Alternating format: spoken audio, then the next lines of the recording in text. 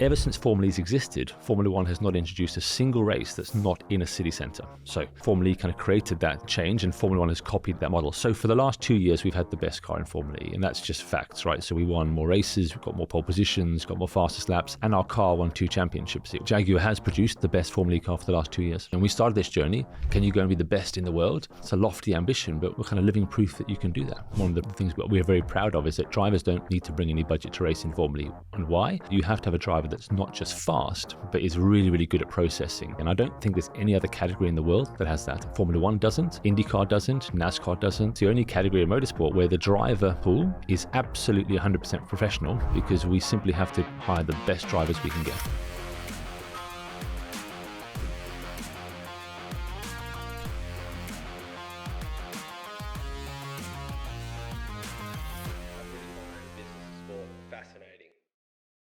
James, we're so excited to have you here, man. Thank you for joining us. It's really great to be here. It's nice to come and talk about all things Formula E and Jaguar TCS racing. So let's dive straight into that. Can you tell us what Formula E actually is? Yeah, so that's a really good place to start. So think about it really simply, that Formula E is the electric equivalent of Formula One. You have a pinnacle of internal combustion engine racing that is Formula One, and you have the pinnacle of electric racing that is Formula E. And it was created in 2014 to prove and to create an exciting sport to demonstrate EVs. And in 10 years, it's really a startup. In 10 years, it's now the fastest growing form of motorsport in the world, around 35% growth year on year, with 400 million fans around the world. So we travel to 16 races around the world, demonstrating this great sport. But at the same time, it's sport with purpose. We're showcasing these clean all-electric powertrains, but in a really exciting, really enthralling sport. And are the structures the same? Number of drivers, number of teams, etc.? Yeah, very similar. In fact, compared to Formula One, we have one more team. We're 11 teams, 6 manufacturers, so 22 drivers. And it's, in its 10th year, it's quite incredible. It's still a very young sport, but the makeup is very similar. It's a franchise system, so each team owns its franchise. And that is one common thing it has with F1. There's not many motorsports that have a franchise system. Formula One and Formula E have that. Why was 2014 the time, do you think, where this move was taken? Yeah, so really at 2014, you were starting to see the shift towards the discussion, the topic around electric vehicles. And in fact, as we know, Paris Climate Change Convention in 2015 started to then give the bookends for the first time. So for the first time in history, we knew in certain markets by 2030, in other markets by 2035, as an automotive company, you could no longer produce an ICE engine beyond that period. So that was the bookend.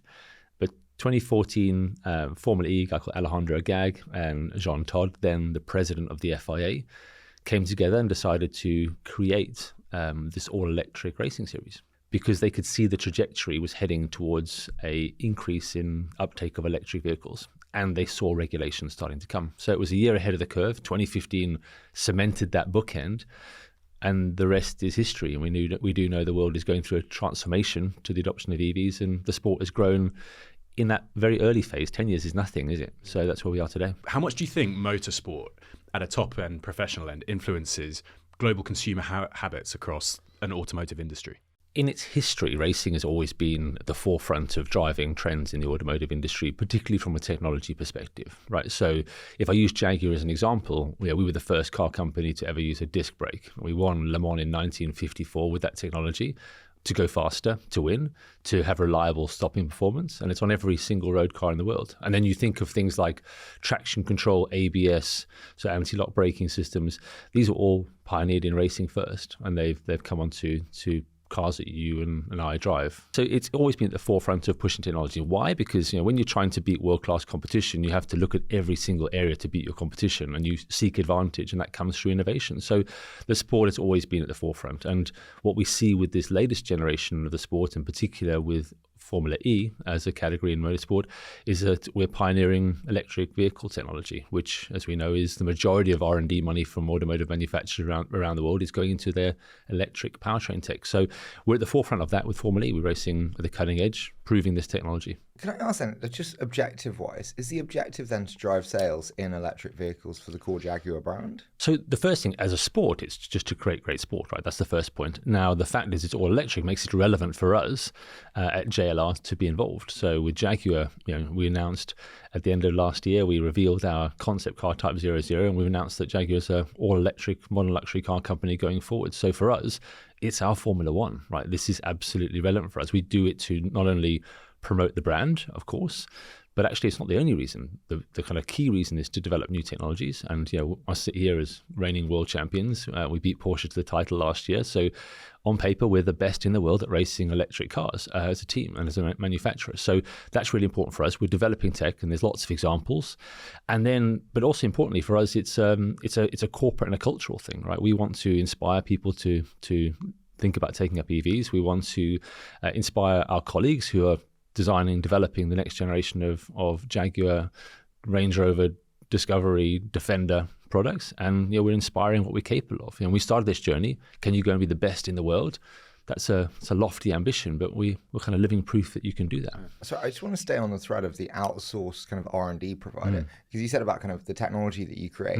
So does Jaguar have an R&D department and you, or are you the R&D department for Jaguar that feeds into the core innovation of the product line? No, absolutely. There's both, right? We have 9,500 engineers at Gaydon in Warwickshire developing our future technology for our road cars. 9,500? Yeah, in Gaydon. That's one location. And then, but the race team is separate to that, but we feed into the same common purpose, right? So I use an example just to give it context, right? In 2017, we used a material called silicon carbide for the first time. I won't go too technical, but it's basically a silicon carbide module inside the inverter. And the inverter allows us to take direct energy, you change it into alternating current, and you turn the electric motors, and vice versa. You then take it from alternating current to direct current to charge the battery. And it goes through a switching process. And we discovered this new material called silicon carbide. We work with a partner on that, who's a sponsor of ours today, Wolfspeed. And that was 4 years ahead of our rest of our broader engineering team, and that will now be on every future JLR vehicle. So respectfully, I presume that the Formula E team is not profitable, correct? Yeah, at this point, correct. I mean, Formula E is a startup, exactly. So we're not sat here making lots of money being involved in Formula E. So it has to return its so ROI. We've never met a sports team that is profitable despite the maturity of it, so don't worry about that. My question is then, who plugs the gap? It's Jaguar Main that owns it and says, hey, for any losses that accrue, we'll fund it. Yes, so the way it works is exactly like a lot of sports teams, different income streams. So one is kind of from our perspective as JLR, other is income is from sponsors. Those are our two main incomes. So what we see and value as ROI, and then secondly, what our partners see and value as ROI. And then unlike maybe Formula One, where the prize funds is pretty healthy, our sport is still growing. So that will, in time, pick up, as will things like TV revenue. So, two main income streams, but the rest hopefully will come in time. Can I ask, what's the revenue of the Formula E team today? Well, I'll give you kind of context of our operating kind of costs. We have a cost cap, right? So a bit like Formula One, the financial regulations came into play, and we have a 13 million cost cap for the team. $13 million. 13 million for a team per season, and we have 50 million euros for every 2-year cycle. So 22.5 million every year for the R&D side. So to run the team, 13, and to develop the technology, 22.5 a year. Where does the engineering talent go? Is that in the R&D budget of 22, or is that in the team cap of 13? A combination of both. So that's the job that we have to do as a team, right? Is where you spend that in the best way. But it's very regulated. So what is true R&D isn't R&D, and in team operations, that's team ops. So I'll use an example. So when we develop the powertrain, that's pure R&D. So how we make an electric motor, an inverter, a gearbox, a software better than other teams, that's pure R&D. When it comes to the racing side, it's the strategy tools. So how we make the best decisions, it's like a high-speed game of chess. Those decisions we make as a team go into the team operations, the strategy side, the tools that we use for that, the people that we have to do that racing operation. So those are the two spectrums. One is pure tech on the car, another is technology to deliver the best decisions as a team. Do you think the 13 million is sufficient?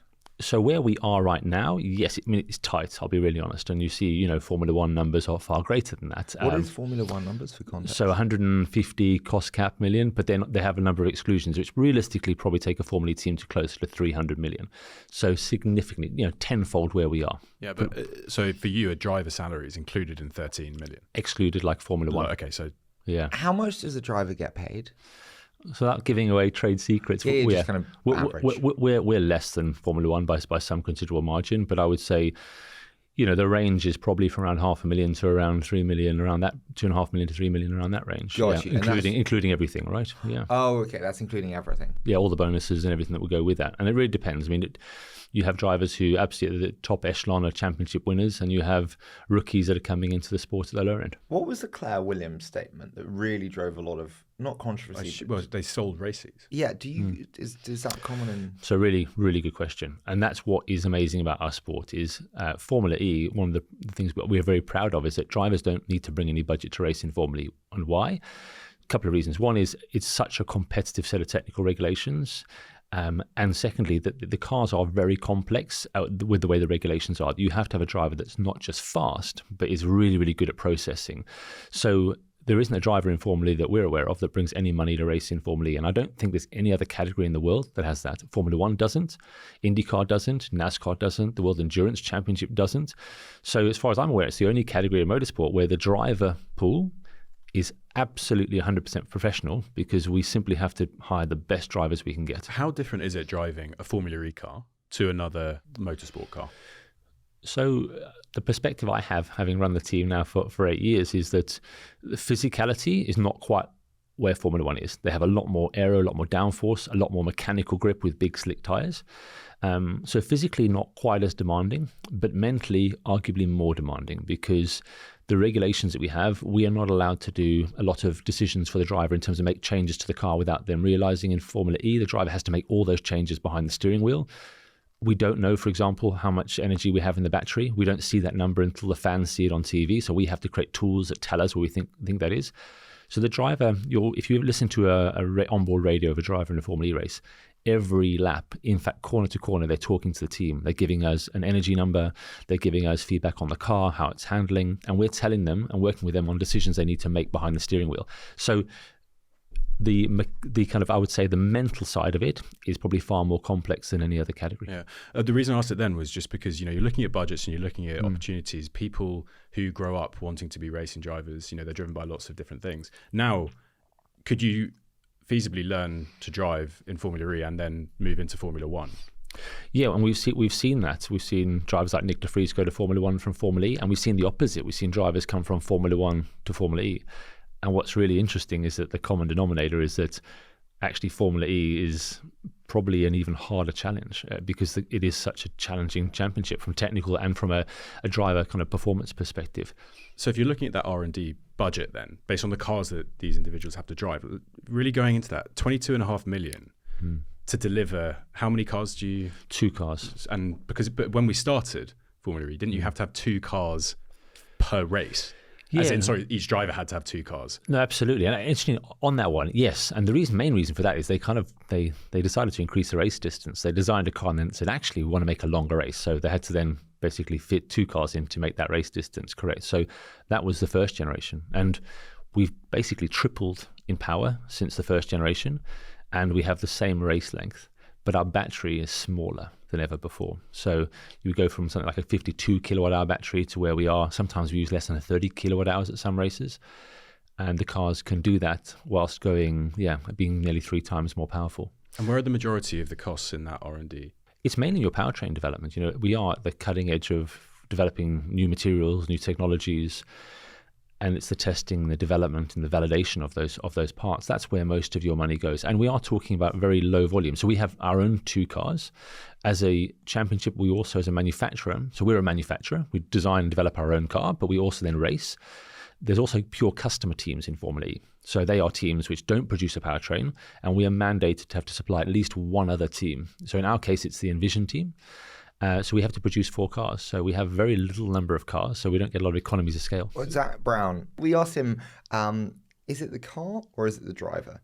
And when you think about the incredible technology that you build and the R&D that you produce builds, is it the car or is it the driver? Listen, it's always going to be both in motor racing. You can't... In Formula E, you can be the best driver, and you could bring Max Verstappen in as reigning world champion in Formula One and say, let's say he's the best in the world. If you were to put some numbers against it, it can't be 50-50. Okay, if I was going to give you that context, I would say informally it's probably something along the lines of 70-30, 60-40 in that region, right? Car to driver, yeah, correct. Because you have to have a car which is highly efficient, you have a car which handles well. Do you have the best car? So I can't tell you where we are now because honestly we don't know. We had 2 races in this new. We have what we call the Gen 3 Evo era, which started basically this new season, which started in December last year.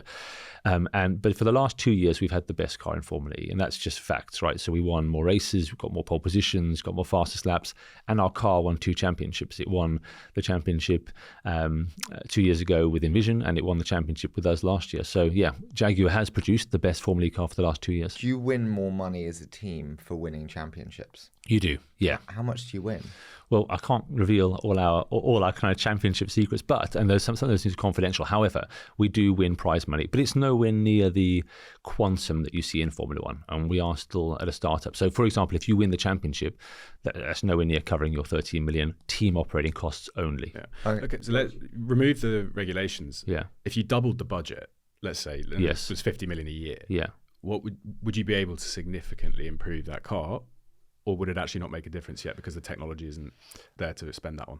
It purely depends where you spend it. So on the powertrain, I would say there are gains to be made. Is that going to double the performance? No. In motor racing, there's some quick wins. Things like tyres. We use 1 tyre for all conditions. So we use a tyre for wet and dry, and we do that for sustainable reasons, right? We could have, like Formula One, 5 sets of tyres, 3 types of slick tyre, an intermediate and a soft tyre, and a wet tyre. We have 1 tyre for all conditions. Now, if we put a slick tyre on, that example is 5 seconds a lap quicker, like just on tyres alone. And then if I say we add lots of aero onto the car, we go probably 3 to 4 seconds quicker again per lap. So we can gain 7 to 10 seconds quite quickly. However, that actually doesn't improve the show necessarily. So it's not always about lap time. It's actually a combination of the performance of the cars and the circuits you race on. They're a real combination of those factors. What's the balance between the speed of Formula E versus the speed of Formula One then? Yeah, so acceleration-wise, we're now faster than Formula One. We're the fastest accelerating single-seater race category in the world, 0 to 60 in 1.8 seconds. It's pretty incredible, right? And top speed about 180 miles an hour. So their corner speed is higher because they have slick tyres and aero. Our acceleration is faster. Their terminal velocity, their top speed is higher than ours.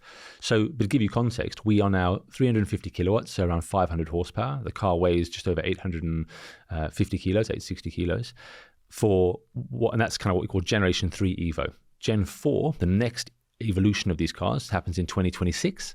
And we're going to have 1,000 horsepower. We'll be a little bit heavier, but 1,000 horsepower, double the power of where we are now. Okay, a little bit more weight, but that's going to be a massive step for Formula. You know what I find incredible? What? Formula One, we talk about the cars, and really people are talking about 70 years worth of development to get the Formula One car to where it is right now.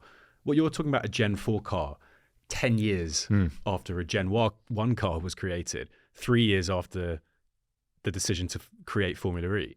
So what you've actually managed to do now and what you're working with is development in such a short space of time. In the context of creating a new sport, that is insane. Yeah, absolutely. And we've actually had to kind of be quite structured in that. Originally, we could bring a new powertrain every year. And you consider like an automotive company bringing a new car and a new powertrain is about a 4 to 5 year cycle. We were doing that every year, which was becoming quite crazy. So we do every 2 years we can bring new hardware. Otherwise, between that, all our tech updates are software based, which is really cool. So we make these cars faster by software updates. So our aerodynamics in Formula One is software in Formula E. So aero Formula One, they go quicker. For us, it's software. But the best way to describe it, and how I say it to people, is the first mobile phone I had was 1995. I remember it well. One of the big flip phones, right? It literally made calls for about 2 to 3 hours maximum, had dodgy signal most of the time. Now we run our lives on our mobile phones.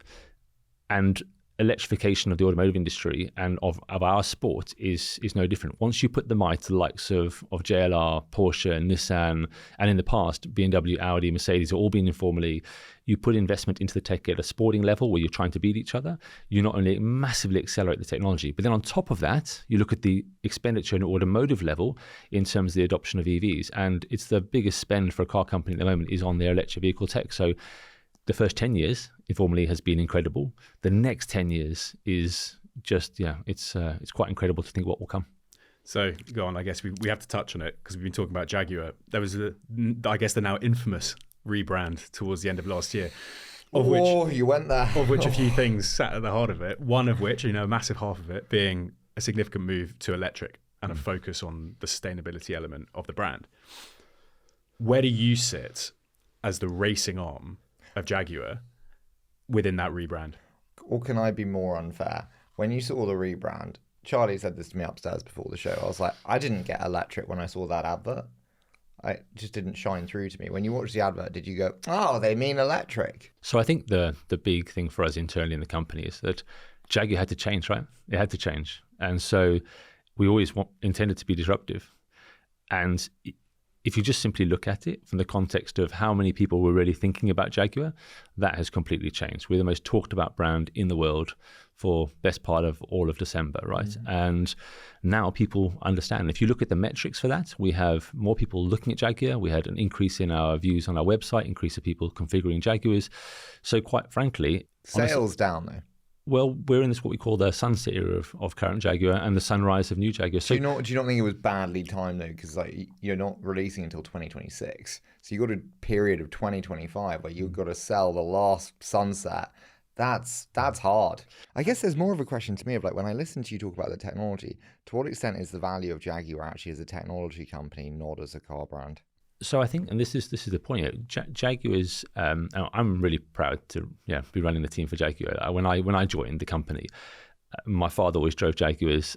He was the one guy who bought Jaguars rather than BMW or Mercedes. Growing up in South Africa, you can probably sense my accent, and so it was a full circle moment when I joined Jaguar. And for me, I wanted to write new chapters of Jaguar's success on track. We have an iconic history, lots of success, but we hadn't raced for 12 years. And for me, it was about creating a team that could go and write new chapters for Jaguar. So I'm really passionate to fly the flag, but we have to stand out. And in the automotive industry, it can be very, very monotonous. But actually, we realized that for Jaguar to really shine, when it was at its best, it's always done things differently. It's been a copy of nothing. We've used that line. And so do you just continue to follow everyone in the same path, or do you stand out and do something different? And only the test of time will prove that strategy. But all I can say from a racing team point of view, we are proud to be flying that flag for Jaguar. But I guess from that racing team point of view, that's where I'm most intrigued, because you go from, and apologies if that's not how it was previously viewed internally, but you go from an important part of the Jaguar brand to now a central point of the new mission of the company. Yeah. And you're the flagship, probably shop window for a lot of this EV technology in a Jaguar car. Did that suddenly put an extra level of opportunity on your desk to go and build the brand? So as you rightly say, our role with New Jaguar is to showcase what our company is capable from a technology and innovation point of view. As in the past, showcase that our tech is at the forefront. In the past, we used the example of disc brakes, and now it's electric vehicle tech. And so, huge opportunity, which is super exciting. And the goal we set ourselves is in the year that we announced New Jaguar, we aim to win the World Championship, and we did that. So that's, we don't look back much in this sport, but one thing I'm really proud of the group of people is we set ourselves the objective to say, in the year that we change and we reimagine Jaguar, we want to be world champions. And we did that. So we launched New Jaguar as the best all-electric racing team in the world, and that's a great platform for our brand team to take New Jaguar forward. Can I ask, when we look at this wonderful swag that you're wearing now, there's a lot of sponsors on it. Sponsors make up a huge amount of revenue for any team. Yeah. How much does sponsorship bring in a year? So, for us, it will vary on which team, right? But I'd say we're at the top end of that. And I think to give you context of where a team is realistically aiming in Formula E, on those annual costs I gave you, it's probably it would range between 20 and 50% across the paddock. Of the 13? Of your total cost. Of your total cost? Yeah. Of 40 total cost? Yeah. Of your manufacturer and your team cost, if you're really at the top end of that. And you said it's 50%? Could be up to 50%. For the top. It's like 25 now. That's the intel we have. If we look at what we think the top teams are bringing in sponsorship manufacturers, but it really varies. And at the lower end, you'll be down to 20. So it really varies on where you see it. But however, so we're not yet, to your point, we're not yet covering all costs and sponsorship, but it's not just sponsorship. And one of the things, I actually listened to your podcast with Claire Williams, and she used that same example. We could have 50 sponsors, each just chipping in a small amount. But at the end of the day, we're a team representing Jaguar. And we look at partners who are specific in their sector. So we look to really kind of have partners from specific sectors who are also helping the team become better and become faster. So where we we have great talented people, but we're not material scientists. We're not, in the case of silicon carbide, we're not experts in that area. With Wolfspeed, with Dow, we're not material scientists. With Castrol, they have some of the best people in the world when it comes to looking at lubrication technology, of how we make our cars more efficient.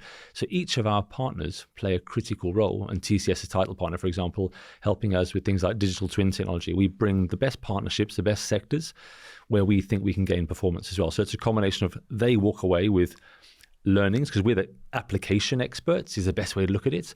They're the technology experts, we're the application experts. Together, we get something out of it. They get learnings and IP from it, and they get the brand benefit. Do you think sponsorship interest goes up or down post rebrand? Up. Why? We've seen an uptick in inquiry. Because of more eyeballs? Correct, yeah. And I think what we have seen as the rebrands happened, initial impact and shock in some cases, and surprise, and then also what we have seen is a transition to people really understanding that strategy, and then you couple that with winning the World Championship last year, and we see a positive uptick. So yeah, I don't sit here saying I've had any conversations with people saying they don't like it. If anything, people are saying this is actually a really interesting journey with a really successful team. Biggest companies right now have a responsibility and a priority in a lot of their associations to associate with the right companies representing the right things, i.e. sustainability. Do you have to be careful sometimes in these discussions with brands to make sure that what they want is a genuine partnership here rather than a box-checking exercise in a sustainability play that they have to do in a corporate level? Yeah, actually, it works both ways, as you say. The fit's got to be right for us, of course. But actually, in the world of sport sponsorship now, if you aren't sustainable as a sport, you're not even on the agenda. And if you don't have strong initiatives, and that part of that is corporate responsibility for sure. But in other cases, it's actually, can you help them with that goal to be net carbon zero? So I'm so sorry. Are many sports net carbon zero and sustainable? No. Not by a long way, but they've got objectives. Correct. Right, to do that. Yeah. Oh well, fine. If you've got an objective, fine. And I've got an objective to go to the gym today. But I think this is the role. And you'll do it. We'll check in later. Yeah. There's no need. But this is the point. I think sport has a role to inspire, and that's one thing I think sport can help with that journey, right? So, Formula E's been net carbon zero since inception, and only sport to be net carbon zero since inception. Our current Formula E cars are fully net carbon zero. We make some decisions which make it harder to go racing, or maybe we compromise performance in some areas because you want to be net carbon zero. But honestly, and I grew up, like I said, in South Africa. I was in South Africa in 1995 when Nelson Mandela lifted the Webb Ellis Trophy and united a nation, right? And I think the same can exist with sports. There's nothing which you can do which has zero footprint. That's reality. And so, but can we be responsible? Can we prove and showcase that you can do things in a really exciting, really impactful way without the big footprint? When Claire was talking about the reasons that some of the brands sponsored with Williams, it was also to get access to Williams Innovation Labs. With all the work that you're doing to get these cars on the track and creating kind of off it that value, are some of these brands looking to work with you in different ways rather than obviously just on the racetrack? Absolutely. Like I said, they get the brand benefit, the traditional ROI. You sponsor something because it's going to get you so many eyeballs. And it's almost like a media buy. If you go to the big media companies, they either sell TV advertising, not so much in print these days, but online. But it's all about that ROI. It's like they can sell you that advert spot, or they can sell you a space on something in sponsorship, whether it's a pitch side advertising in football or whatever it might be. The difference that motorsport has and Formula E has in particular is we are an application for that technology. So through that, you can have ROI through pure media value, but can you actually value what you get from learnings from the sport? And that is what's cool about our sport. So Unilever was the example Claire used. And in our case, I'll give you an example. I gave you one with Wolfspeed and silicon carbide. If you use Castrol as an example, Castrol helped us create a really efficient lubricant inside our gearbox, which means we can be more efficient. And then what we said was, I tell you what, we've achieved this amazing performance, but can you make that circular? So we gave them the challenge and we worked together, and we were the first team to re-refine the oils that we use in the car. In other words, give them our used oil. They took it away, they re-refined it, and we can use re-refined oil rather than continue to use virgin material. We just reuse what we've got. Now, why is that important? Well, because from a JLR perspective, we have a goal to be net carbon zero by 2035. And for Castrol, that's a challenge they're having for a lot of their customers. So out of it, they've got a proper application of that process now, which they wouldn't have had. Which sponsor do you not have that you wish you had?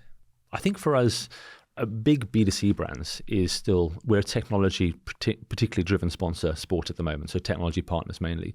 But a mainstream consumer brand, I think, would be a really good one. And I could list off many that fall into that framework. But for me, it would be a big consumer brand. Why? Because that just brings more Who's eyeballs. the number one?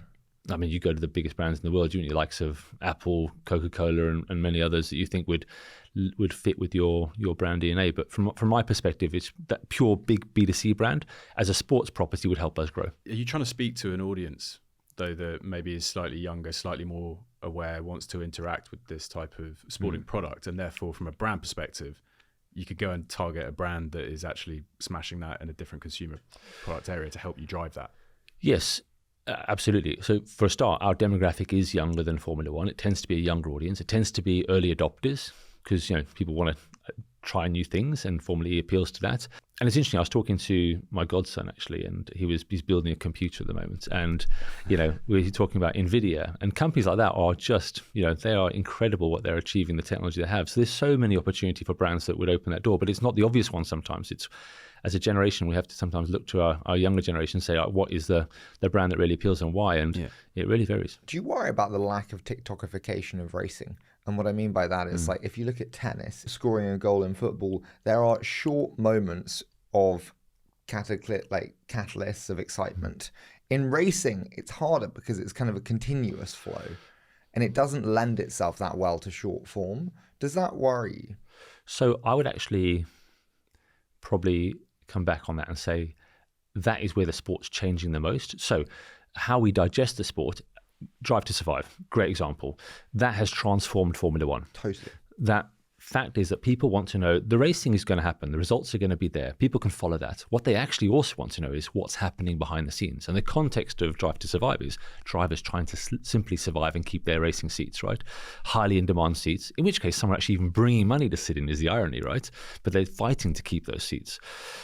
And that short form content we're seeing explode through our sport. So if anything, I think we've got some of the most interesting behind the scenes content, because not only we talk about the technology side, but the simple pressure points our sport has. There is a risk factor to our sport, but it's that kind of test of human and machine. The test, they're modern gladiators. So I think if anything, our sport is really, really right size for that short form content. And what we are seeing is the biggest growth is in things like TikTok. It's not long form, it is short form. Has Formula E had a Drive to Survive attempt? So it's literally happening as we speak. It was filmed last year for the first time properly. Formula E have had some of their own versions of that through their own channels, but last year we had a production team follow the championship round, and that's imminently about to be announced where that's going. But that has been sold to a streaming partner and will be announced shortly. Who owns the league for Formula E? So, really interestingly, majority shareholder for Formula E is Liberty Global. Liberty Media own Formula One and obviously going through the acquisition of MotoGP right now. So ultimately, it all leads up to John Malone. So it all goes back to Liberty. Because the thing that I find really interesting with the PE-ification of sport, where large PE firms buy sports leagues, is bluntly, like any portfolio, you have winners and you have everything else. And when you're not a winner, the rest doesn't matter, which is what you're seeing with, I think, Rugby League and CVC, and you see it across the board with a lot of different sports leagues. Liberty have got the winner with F1, and so that's their crown jewel. It's going to do 4x the fund. But if you're not, you're in a world of pain. Do you think sport is actually being ruined by PE? I think there's pros and cons, but if I look at it from Formula One's perspective and where we are, it's a real positive. So Formula One is now watched by more fans than ever before. And if I think of a sport I love, just think of motor racing. Motor racing is more popular than ever before. And that's awesome, right? And they've done an amazing job. Liberty Media have done an amazing job with Formula One.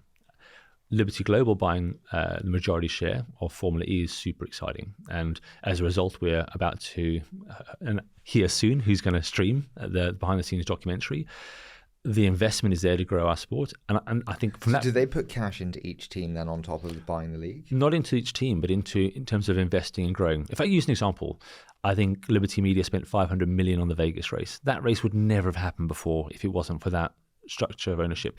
So from Formula E's perspective, I see Formula One, the franchise value near $1 billion right now. Our franchise value is nowhere near that. So for Formula E and Liberty Global, with Formula E, it's I see it as a huge opportunity. You have a really credible PE on top, but actually what you have is a sport that is at the start of its real growth. What would you like to see Liberty Global spend on in Formula E that they haven't done yet? You said that the Vegas 500 million was a great thing that was done. Yeah. What would be done?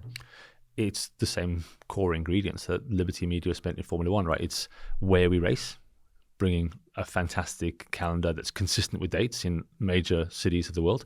One of the things unique about Formula E is that Formula E, as well as being the only electric racing series, was the first series to bring races into the heart of city centres. So Formula E started with that kind of DNA. So races like Paris, Hong Kong, our first motor race as Jaguar was actually in Hong Kong as a Formula E team in the centre of Hong Kong. Incredible. We've raced in Paris, obviously likes of Monaco, Mexico City, Santiago. I can keep going on. Ever since Formula E's existed, Formula One has not introduced a single race that's not in a city centre. So Formula E kind of created that change, and Formula One has copied that model. So for us, it's... Well, that's really interesting. Yeah. Why do you think in-city racing has become so much more important to the extent where F1 has copied you? Because you're bringing the sport to the fans. If you say to people you have to drive 3 hours up the road to a traditional racetrack, as great as those racetracks are, not everyone can do that. It's not convenient for a lot of people. And you're not also always introducing it to new audiences. So bringing it to the heart of city centres, you're making it convenient for fans. You're making it convenient for partners to entertain there. And actually, you're just bringing the sport to the fans, right? And that's the first point. And it's exciting. You see a motor race when we were racing in Paris, down the Palais d'Invalide by the Eiffel Tower. I mean, it's an iconic backdrop for broadcast. So to your question, races. More races in iconic locations is the first one. Second one is media. We've got to have the right media products, and a streaming product is fundamental to that growth. Formula One has benefited from that. So the right races, the right venues, the right media product. And I always say we can have the best races, but you can only, even in the case of Formula One, you can only fit 300,000 into one venue. In our case, it varies depending on where we race, but Mexico is nearly 60,000 people.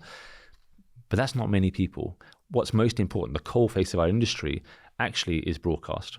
People at home enjoying that. So the broadcast product's got to be really great. Those are the two key factors. And the last one is the cars and the teams involved. And if those three things are right, then... How would they impact the cars and the teams? When I say the cars and the teams, it's the technical regulations that make sure that what we have is a great car that can really excel in the circuits we race on, right? So it's pushing the boundary of technology or going fast enough to excite, but at the same time not so fast that it starts to make the racing negative. So those three are the three things we've got to get right. The extension of that media piece is the celebritization of the key stars in sport. Yes. Right. And now people follow individuals as much as they do teams.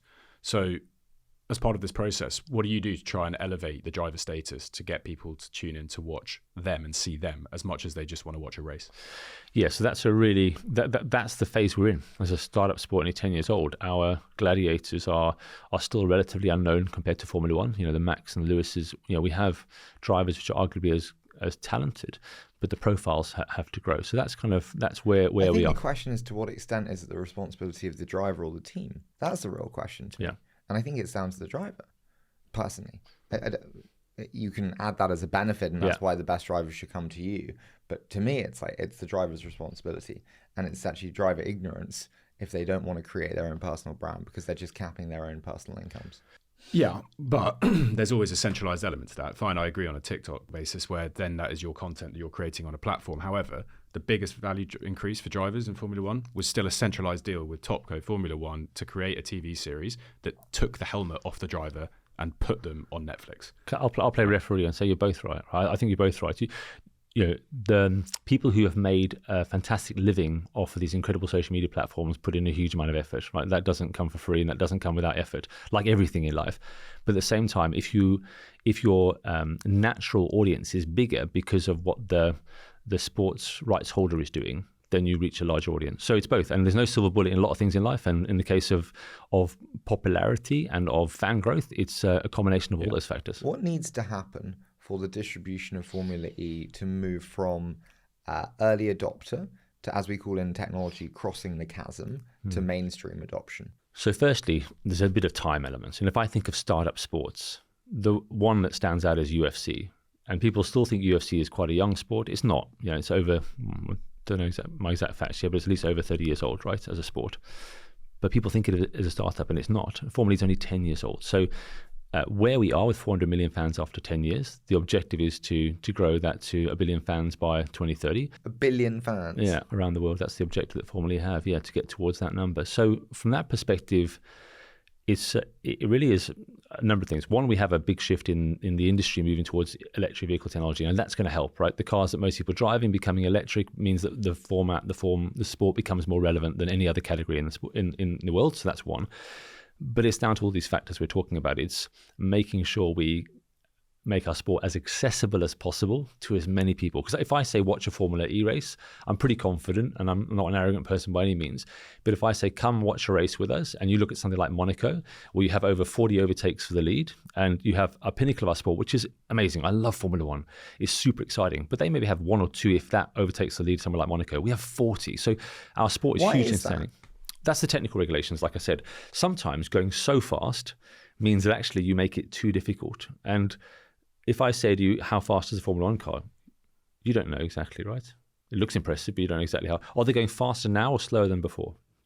You don't know that either, right? You've got to balance things right. So for us, the fact we're not as fast as Formula One at some circuits actually makes our racing better. Because I think most people actually find if there is a criticism, is the boredom of, bluntly, the continuous nature of the leader. It's kind of little changes. And that sounds great, but in my position, our position, that's a nightmare, because actually trying to win a Formula E race is really difficult because it's so tactical, it's so strategic, it's so easy to make a mistake. But that's kind of what makes better sport. Also, in that fan then, you said about accessibility. If I want to go and watch a Formula One race, generally it's going to cost me a few £100s, and it's a real challenge to get a ticket.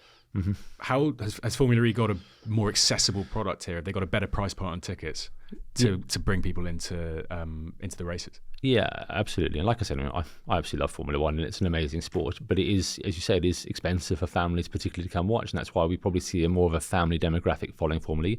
For example, Monaco for us, you can buy a grandstand ticket for under €50, and that's. Monaco is our Super Bowl event of the year, and so it is much more accessible from that perspective. But that's just a maturation of sport, bluntly. Is there any economist, when you increase demand, the price will increase? And so in 5 years' time, it could be. Of course it's going to be more. It's like, hey, we don't have 50x the demand, so we're pricing it where we will fill. Yeah, and there's always a balance in there. Look at Silverstone and Formula One. Their pricing is they've done a lot of work to get that to a point where it's right, and they've over 300,000 people attending the Silverstone Grand Prix weekend. Yeah, as you say, it's a maturity of the sport and that balance point. What would you like to see from a media rights deal that would be best for Formula E? In terms of the streaming provider, in terms of length of contract, what that means to the teams? So right now, free-to-air terrestrial is a priority, because going behind a paywall will naturally reduce, I think, our growth. That's the first point. And in the UK, we have a new deal with ITV, which is fantastic news. So that's one. Then secondly is the right streaming partner with potentially behind the scenes. And I would even argue we're at a pivot point, and this, I guess, is the point you're making. I watched the Jake Paul-Mike Tyson fight. And is that the best future? That is definitely an area of interest if you look at the amount of Netflix subscribers they have around the world. So I think for now, still mainstream terrestrial TV with a combination of streaming, I think, and with a combination of rights which allow things like social at the right time. I think it's a combination of those three things together, because actually we are at a point where not everyone is on streaming, not everyone is on terrestrial, and some people purely watch things through their social. So it's the three together. This is probably one of the most engaged viewing experiences as well from a sport, right? The thing I find most incredible is that as a fan, you're watching at home, you can give a fan boost to a driver and that makes the car go faster. Tell us about that. Yeah, so actually we've stopped fan boost now, but it was in the first years of the championship. Yes, it was a fan engagement part of the sport where fans could vote for their favorite driver and they would have an extra amount of power for a period of the race, which in some cases was enough to get an overtake, and you could maybe win a race with that fan popularity. So we had that for the first few years in Formula E. It went away when we introduced what we call the attack mode now, which is a period where you have more power. So it was a really cool way, but what we did find is that potentially that took away from the sporting purity. But it was a great experiment. That's what Formula E as a startup could do and could try. And yeah, so it was a great addition to start with the championship. As our sport's grown, other things have come into play. How much of your revenues is media rights? Right now, we don't have any, as teams, we don't have any media rights from broadcasters. Fascinating. So they don't give you a trickle down? Not yet. Should they?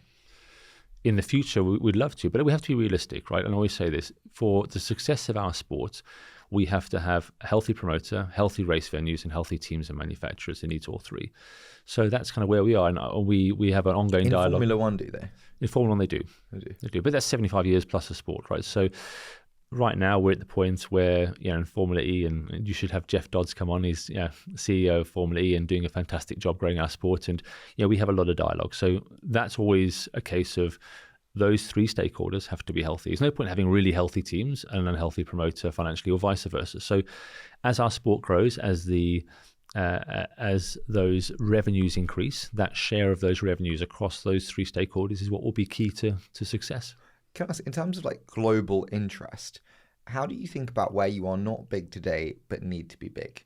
Is it LATAM? Is it Asia? Is it Oceania or Australasia or whichever? It's United States. North America is the first one. But that's a big area. We've had races in New York, and right now we have a race in Miami this year. But for us, 2-3 races in North America would be a real priority. You see Formula One having great growth in North America at the moment, and that's for us. That's a major market for Jaguar and for JLR. It's Drive to Survive driven, right? That's based off the back of a media plan that gave them that. So Absolutely. does that help or hurt Formula E? Because it could help in many ways, kind of association, but then it could hurt in the way that we've got Formula One, we don't want that. So I think it helps. And if I was to ask you, when you look at venture capitalist companies you're investing in, where you have maybe one pure monopoly versus 3 or 4 big players, is there more of a market? So personally, I think more people are watching racing than ever before.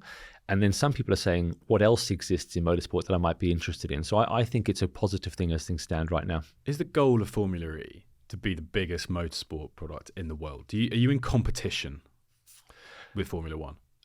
So my view is we ultimately should be, right? If you're running a business and you're involved in investing in something, you should always be aiming to be the best. So for me, yes. And I think there's a question mark in our sport that says what happens beyond 2035, 2040, when the majority of cars sold then are purely electric. And the investment it takes to develop an ICE powertrain, a hybrid powertrain in Formula One, if that's not something you put into the cars you sell. So for the manufacturers, it becomes less relevant potentially. And that doesn't mean that Formula One won't exist, because it can take a different pivot. It can be about pure entertainment and noise, but the relevance goes away. So it depends on how you value the biggest. But if it's on pure fan base, then listen, Formula One's got a massive head start. And that doesn't mean Formula E will ever be bigger. But I think the potential is that beyond 2035 or 2040, the bets are off. No one really knows. And interestingly, I saw Formula E holds the exclusive license, right, to all pure electric racing. Correct. Up until 2039.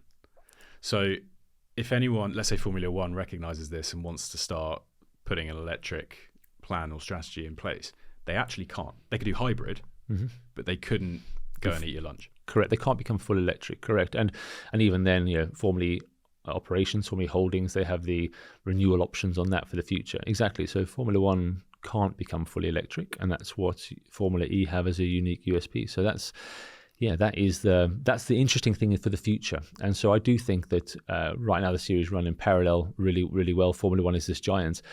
So listen, no one knows what the future holds, but the ingredients of Formula E are future-proofed. How important are engineers in Formula E now that we've seen them be valued so highly in Formula One? Very important. So if you look at Adrian going to Aston Martin, his recruitment not only brings someone who's delivered World Championship winning cars, he will inspire talent to come and follow him. He'll inspire the best drivers to come. So it's not just the engineering point, it's the motivation it brings for the whole of the team with someone as proven as that. Does it, or does it bring a star culture where someone's paid 30 million and everyone else is going, are you serious? I'm paid 80 grand. Yeah, I think you've got to manage your culture, right? And if you don't manage that well, I agree that can become a problem. But I think in terms of where they are as a team, it's going to attract people to help accelerate their growth. And Lawrence knows exactly what he's doing with that, I think. But as a team, engineers are really important, right? And fundamentally, you can have the best drivers, but if they don't have the best car to go and compete with, then you don't stand a chance. It goes back to that kind of that 60-40, 70-30 points around, is it car or is it driver? So they're fundamental, and it's not just the car technology, it's the strategy choices you make.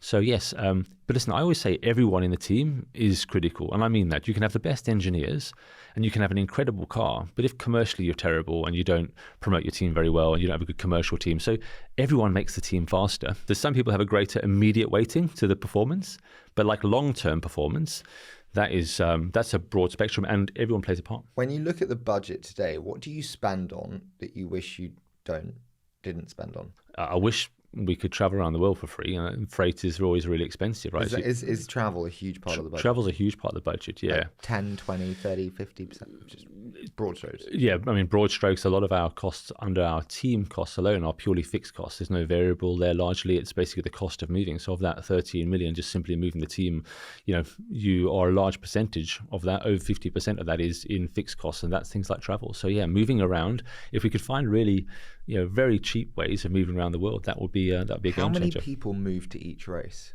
So we're actually very limited. So in Formula E, we are only allowed what we call 30 yellow passes. Those are people who actually are involved in the operation of running the cars and the team. We're only allowed 30. So if you compare us to Formula One, that's more like sort of 70, that kind of number. So yeah, in our team, we take 30 people to run the cars, and then depending on the scale of the event, some commercial team on top, but never more than sort of 40 people. Got you. But it's 16 cities around the world throughout the year. It's expensive. It adds up. Yeah, I get you. Getting kind of fed into my question that I just wanted to ask around how does a pit stop work? Because Formula One, the garage is full. You've got so many people in there. But you also, as you said, you're not changing tyres. So how does that technical part work in a race?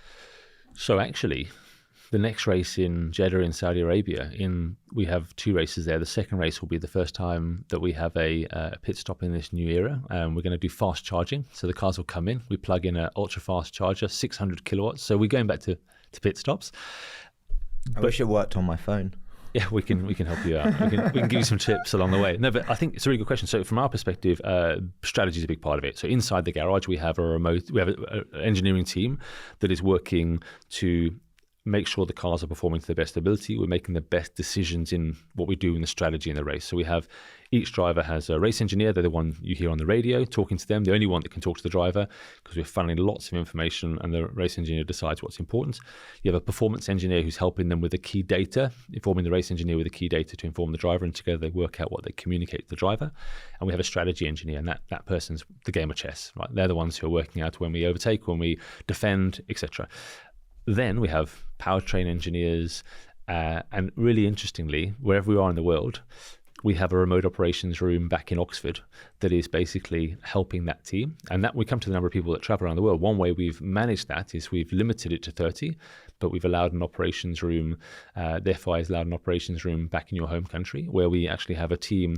In our case, we have a team and we have a simulator with a driver in the simulator trying things and feeding that information as if they're in the room back to the team wherever we are in the world. So we operate between those 2 hubs. You mentioned before we came on that maybe the hardest part you faced was losing the championship on the final day of the season. What do you need to do to win the championship? Honestly, if you knew the answer, everyone would do it, right? But the reality for us is we've done the first step, and we have, I think, 2 of the best drivers in Formula E, Nick Cassidy and Mitch Evans. Mitch has fought for the championship the last 4 years in a row. Nick has for the last 2 years in a row. So we've come incredibly close. We just need to keep doing what we're doing and making sure we come out on top. And we were very close. And we lost it with 3 laps to go last year when, unfortunately, Nick was hit by a competitor, and that took him out of the World Championship. So with 3-4 laps to go, potentially we were world champions from a driver's perspective. But it didn't happen. As you see, we've been in that position a couple of times before. So it's one thing we really want to get right. We were talking before about lessons and the importance of hard lessons learned. What's the hardest lesson that you've had to learn? So for me, the hardest lesson I have learned will be going back when Mitch lost the World Championship from a driver's perspective, and we lost the team's opportunity in Berlin 2020. And that was, so we were using a prototype part. We use prototype parts all the time, right? Our cars are prototypes, and we were pushing the boundaries of the technology. And a part failed on the start line, and we lost the World Championship. Now, there's 2 ways of looking at that. One is that we made a mistake and the technology wasn't quite mature enough. But actually, it's not that, because we wouldn't even have been in a position to fight for the championship if we hadn't innovated. In order to find performance, you're pushing the boundaries. And in our sport, so the lesson learned is that we continue doing what we're doing. We should pioneer, because we wouldn't have been in a position to fight for that championship if we hadn't innovated. So, like, what's your degree of success? Is fighting for a championship on the last day successful? My view is yes, it is, because you're in the position to win. If you're not even in the game to win, then you're not successful. So, firstly, have you achieved that final step? No. But does that mean you completely go back and change everything? No. We're doing the right things. And by continuing to go that path, we've shown every year we improve. And every year we improve. We've won our first championship as a result. So the lesson I learned is that in that moment of immediate upset and shock and disappointment, the reflection is the team are doing an amazing job. We're pioneering on the technology in an incredible way. It's just about continuing to apply yourself consistently. But then you focus on the things you can learn. And days you lose, you learn more than days you win sometimes. Because now and through that process, we knew, by investigating what went wrong, we knew where it went wrong. So we took all the good things, what got us to that point, and then we just fixed the things that ultimately led to what happened. And that made that better. So for me, and I've used an example, like Tiger Woods won 24% of his PGA Tour events. So is he a success or is he not? He's the most successful golfer in history. But all the other tournaments he didn't win, everything he took from those made him a better athlete. That's a now infamous Roger Federer speech last year, wasn't it? He won 54% of points he played. Oh. Yeah, he won 80-something% of matches. Yeah, amazing, right? And you break that down, you go, wow, actually, he won as many as he lost when it came down to the actual moment. Yeah. But at the grand scheme, he held it. And I suspect if you asked him where he learnt the most, it would be in defeat, because that's when you're the leader, you're the target. When you're leading, the only way you get better is you change the game. When you're following, you can look at what people are doing and you can take that on board and you can learn. But when you're leading, you've got to change the game. So sometimes it's easier to learn when you're following than it is when you're leading. My question to you before we do a quick fire, team principle, how important is it for you to have a personal brand and for you to be a very public-facing persona? I think it is really important. But there's obviously a lot of factors that come into it. But as a team principle, if you're not somebody who a brand wants to associate with, then, or you don't have a way of engaging with media, then it's probably going to hurt the team ultimately, right? So I think it is a really important role to play. But it depends. I mean, if you look in Formula One and in our sport, there's a real variety of characters, and each brings their own strength. But I think in the modern world of sport that we're in, you've got to be able to be attractive to partners, to be able to work well with media, and you've got to inspire a group at the end of the day to go and do great things. Which team do you respect the most? So the obvious one for me is Porsche, right? We've fought them for the last 2 seasons very, very closely. They're an incredible company, huge racing success, very smart people. What do you think they do better than you that you would like to catch up on? So, having beat them to a Teams World Championship last year, there's some things we do better.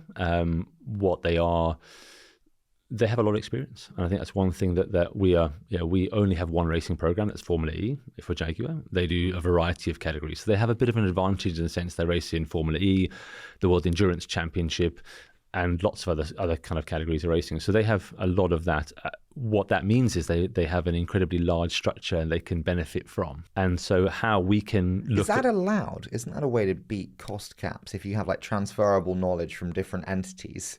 That's basically a way to escape the cost cap and shift finances between different entities. Well, in the regulations, you've got to be compliant with that, but you can't stop know-how.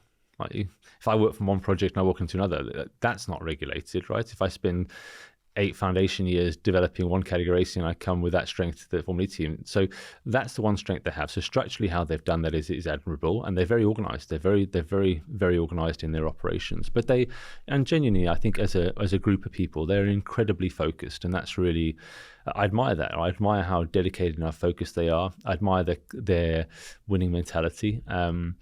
And so for me, they're a serious adversary when it comes to racing, and they tend to be successful in everything they do. So for us, that's been even better. To race them and beat them to a world championship, for me, means more than anything. And I'd rather race world-class competition than race competitors who aren't up to our standard or even beyond, because the days you win against people like that. Totally, and it's good for the league. If you have an easy competition, it's not good to watch. Correct. And honestly, there's no more motivation than trying to beat the best. Honestly, in my experience, even on days you lose, the team doesn't walk away going, oh, we might as well give up. No, absolutely the opposite. We really, really, really want to beat them. So yeah, that's a massive motivation. Right, we're going to do a quick fire. Charlie, you start. You stick Max Verstappen in a Formula E car next year. Does he win the World Championship? Good question. Depends which Formula E car. In some cars, no. In our car, in your car. Yeah, in our car, he'd be fighting for a World Championship, as are Nick and Mitch, for sure. What's the hardest part of your role today? I would say in any organisation, it's making sure our time, energy, investment is spent in the best area, and that knowing which tap to turn on to make the company and team operate in the best way. That's the number one difficult job. Why? Because it's not always the same, and it, better than I do, it evolves as well. So the most difficult side is making sure your attention and energy is spent in the right place that's going to deliver the best results, both on and off track. Which car manufacturer would you most like to see come into Formula E? Ferrari. Could they do both? Yes. Yeah, they do Formula One, the World Endurance Championship right now. And why? Because they're the most iconic brand in racing. I think that's fair to say. I think Jaguar is up there from a British perspective. But that, from a sport point of view, that would bring huge eyeballs to our sport. What do you say when you lose to the team? It's a very clear moment of challenge to company culture. And it's not common in business. You don't lose a race in a business. But how do you prevent team morale depletion when you lose? So in motor racing, the phrase no blame culture has been used a lot. And I think it starts there, right? Firstly is you don't blame each other and you create a culture. Except the driver. Well, I'm not just you were in the car. Well, you win, it's the team. Just saying. It's the driver. Yeah, so I think to your point, it's a cultural thing, right? The first thing is creating a culture where people can be really open about what they could do best, what they could have done better, I should say. And for me, listen, I'm work in progress. Everyone is. Everyone who says they're not is lying, right? So when I started versus now, one thing I really learned, I remember sitting with a strategy engineer and we won a race in Mexico in 2019. And he turned around and said to me, James, we got lucky today. And for me, it was like, what? Why are you raising that now? We're walking to the podium and he was really upset, right? He was really upset. And he said, we nearly lost the win today. And for me, that was a light bulb moment that we created a culture where someone, even in the moment of success, was willing to say, I got it wrong and I won't do it again. And that was amazing. So creating a culture where in winning and in losing, people are honest about what they could have done better. There's no point all patting each other on the back and celebrating if there's a load of things you did wrong. If you can't come and be honest with the group, you're not going to get better. So creating a culture where there's openness to do that. And when we had a difficult race in Mexico that's just gone. And why? We just got a few things wrong. In our case in Mexico, we actually would have had our 2 cars through to what we call the dual phase of qualifying, the final 8 cars going through to the final positions for qualifying. And we had a legality issue. We were illegal on what we call the traction control tunnel that the FIA have. So they thought we were applying some traction control, which we weren't. We went illegal. It's a really important basic thing to get right. That ultimately cost us the chance to fight for the podium that day. And so rather than... And that kind of then, look at that escalates through the rest of the day because then you're trying to fight from the back of the grid to the front. And when it's as competitive as Formula E is, you can't do that. So the takeaway from that is, what can we do better? And as a group, rather than all having our head in the hands, we actually left Mexico massively fired up. More than even probably when you win, because now we just really want to get ourselves back to winning. Winning is not normal. When you have a long streak, we had 24 point scoring races in a row. And that is incredible. But it's not if, it's when it comes to an end. What do you know now that you wish you'd known when you got the job? Oh, there's so many things. But probably I would say the critical thing is about there is not one silver bullet, right? And what I wish I knew at the start was what those levers were. And for me now, I have a much better understanding. And I'll use a great example. We didn't have 2 drivers that could fight for a world championship before, and we do now. And that was a fundamental thing. Now, we kind of knew that, but we tried some different ways of going about that, and that necessarily didn't deliver results. That's one. But the biggest thing I would say is simply how to make the team operate in the best way from a culture point of view and where our money's best spent. And that is the biggest thing. If I have the benefit of experience now to know that when we put our money into certain areas, the team goes faster, and if we don't, it goes slower. James, this has been so much fun to do. Thank you so much for putting up with my incredibly prying questions and his charm. There's a reason why people prefer him. But you've been a fantastic guest, so thank you. That's been great. Thank you.